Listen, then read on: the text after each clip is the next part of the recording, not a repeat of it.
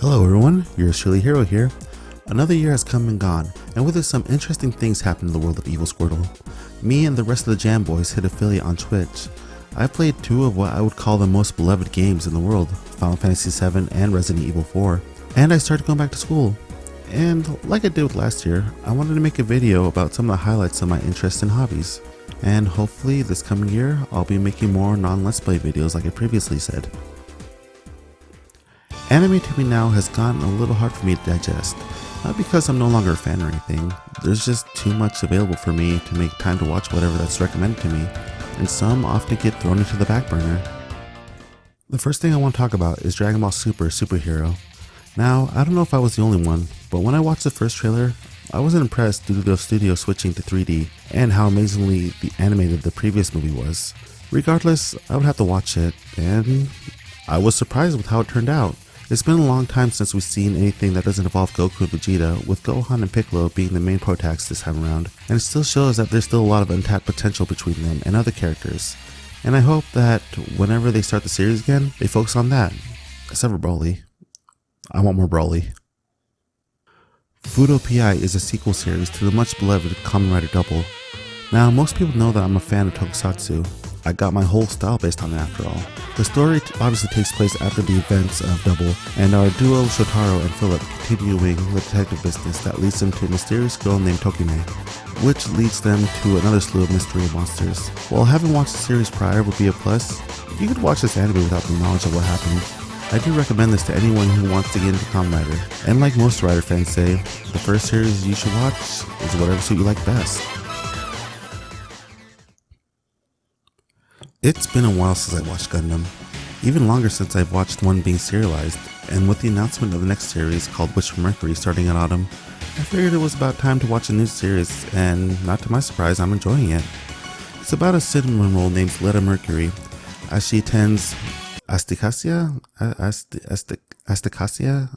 school with her mobile suit Gundam Ariel, and that's all I can really say for now, and God, I hope this girl doesn't see the horrors of war. She's just too sweet for the series. I finally watched Cyberpunk Edgerunners. Are you happy now, Taco? Based on the video game, obviously. And truth be told, I would have avoided watching it, but with Studio Trigger being the animation studio behind it, I knew how to watch it at some point. It revolves around David Martinez, a boy who, under unfortunate circumstances, falls with a rough group of mercenaries called Edgerunners. One of the best things that this series does is the interactions between each characters. Now, I used to hang out with delinquents when I was a kid, and those moments of downtime between jobs in the series takes me back to those moments and conversations I had then, and that's what I really enjoy in the series. It's a short synopsis for a short series, but it's an overall great experience for anyone a fan of animation and the neon cyberpunk aesthetic.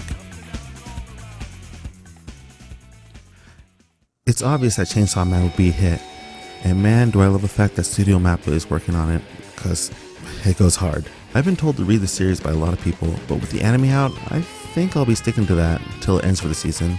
There's nothing else I can really add on to what's already been said, though I wouldn't recommend it for the weak of stomach, but other than that, go watch Chainsaw Man.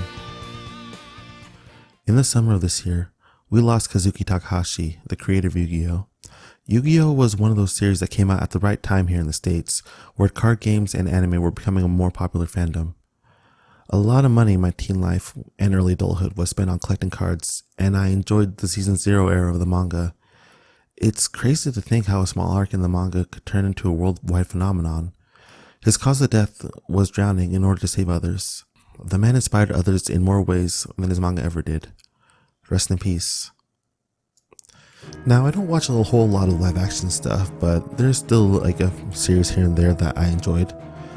Suicide Squad, the good one, was released last year, and for me, one of the best characters was Peacemaker, played by 16-time WWE champion John Cena. We love John Cena here in this household. And with the immediate announcement of Peacemaker getting his own series that released this year, I was really excited for it, and oh man, it was quite the ride. The series immediately comes up after the events from the movie and follows the titular character and the Black Ops team as they uncover the plot of an alien invasion. Like I said, the show was a ride, and with the announcement of James Gunn now heading the DCEU, I think the overall movies might be in good hands. There were a lot of movies I watched throughout the year. I don't really have anything to say about it, mostly than I think I'm burnt out from Marvel movies. But if there was a movie I would recommend to anyone, it would be RRR, which has to be, to put it bluntly, the most hype shit I've ever seen. The movie takes place in 1920s India, where England was ruling it, and follows two individuals, and I apologize if I butcher these names. Bhim, a guardian out to rescue a little girl kidnapped from their village, and Raju, an officer of the Indian Imperial Police. And I'll just leave it here, cause I don't want to spoil anything. Just to let you know that it's about 3 hours long, and it might scare some people off, but if you want to see a movie about two bros doing cool things and some of the most hype and craziest stuff, then watch RRR, my movie of the year.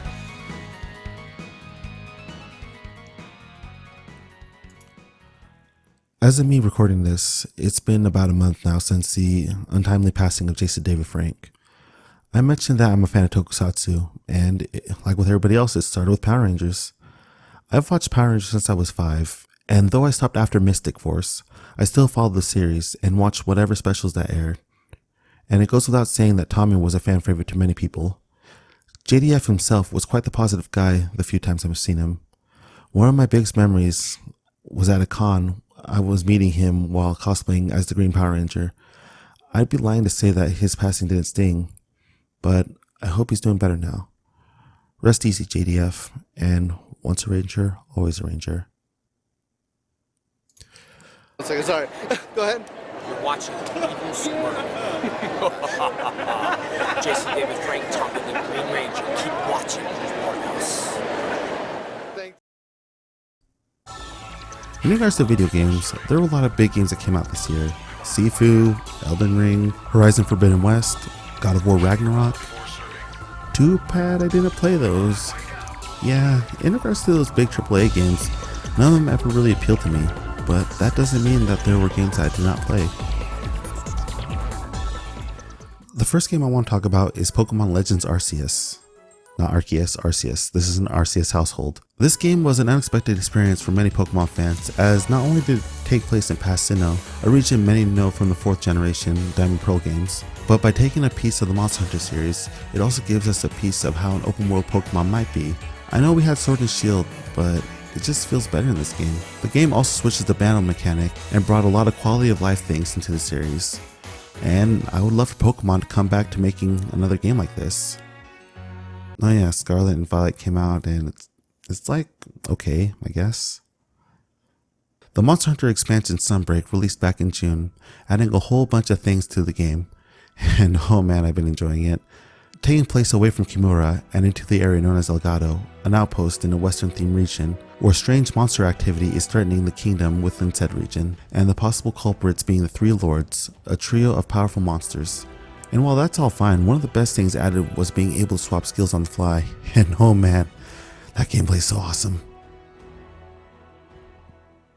Sonic's 30th anniversary was in 2021, and while there were a lot of products released for it, no game was released, and it wouldn't be until the 2021 VGAs that we saw a teaser for what would end up being Sonic Frontiers. Oh yeah, the trailer for the second movie was also revealed, and that movie was great.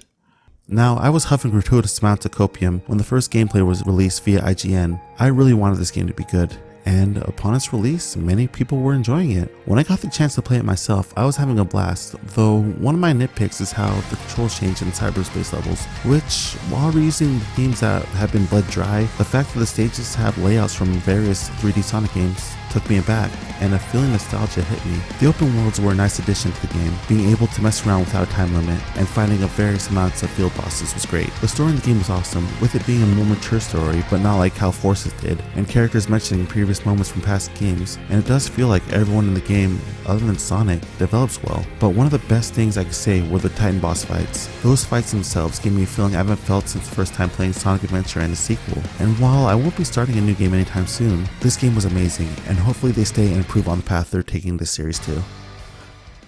The last thing I want to talk about is my game of the year. For a while now, I knew that there was a Xenoblade title in the works, but I wouldn't know when it'll come out. Xenoblade Chronicles 3 was revealed in spring, and much to my surprise, it would release in fall of that year, only then to change the release date to summer, possibly to not be in competition with Splatoon 3, which was a good game in its own right. Now, like with the last couple of games in the series, the game would have a special edition, but unfortunately the special edition was only available through pre-order on the Nintendo website, which due to a massive amount of people trying to get it caused the site to crash down, only for this motherfucker to fucking show up with his shitty grin preventing me from pre-ordering the goddamn. The game takes place in Ionios, a world ravaged in war by two nations, Agnes and Kevis. The soldiers from both sides have a set lifespan of 10 years, in which they have no knowledge of anything else that does not involve combat or basic survival. One specific encounter causes our main characters, Kevesi soldiers Noah, Best Girl Uni, and Lance, forming an uneasy party with Agnian soldiers Mio, My Twink persona Tyon, and Senna, as they uncover the truths about the war. With the story involving two factions, the characters have combat mechanics that differ between the two, with the Kevesi soldiers using mechanics from Xenoblade 1, while the Agnians use the mechanics from Xenoblade 2. I'm going to avoid spoilers and not talk about the story, but this game is the last in what fans call the Klaus trilogy. If you know, you know. And I can say that this game ended in a great yet bittersweet way. There's one thing I'll say about the game, and that was the overall theme of it, and that is, well, to put it bluntly, to accept the future, and to live. As much as one wants to enjoy the now and have it last longer, if not forever, it can happen. I'm gonna get a little real for a bit. I'm afraid of death. Not the concept itself, but the fact that I'll lose all my experiences I've shared, both good and bad. I mean, it's what makes a person, and I know that I'll lose some people as my life goes until that day happens, and it's really tempting to want to have the world on pause so we don't lose anyone and enjoy each other's company, but that also pauses growth. We could take our time, but the future doesn't wait for anyone, and it's our job to grow and make more experiences until our time of departure, cause life's not all shine and rainbows, nor is it all doom and gloom. It's arrivals and departures, harmony and conflict. It's bittersweet, and I think that this game sums up and doubles down as to why this is my game of the year.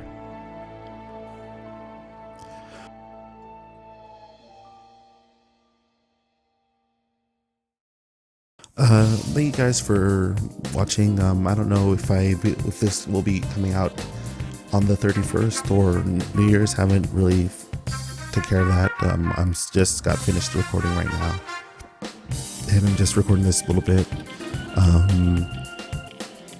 2022 was awesome. Thank you guys for hanging out, and it's just spend time.